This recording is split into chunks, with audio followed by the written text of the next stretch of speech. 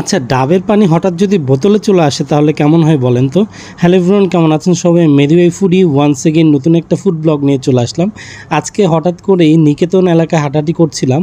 ওখানে একটা দোকানে দেখলাম যে ডাবের জুস পাওয়া যায়। এটা আসলে আমি ফেসবুকে দেখেছিলাম আগেই যে একটা ডাবের জুস পাওয়া যাচ্ছে, যেটা হচ্ছে বোতলে বিক্রি করা হয়। এটা হচ্ছে কোকোনাট ন্যাচারাল মানে ড্রিঙ্ক আর কি, ডাবের পানি সোজা কথা যেটা।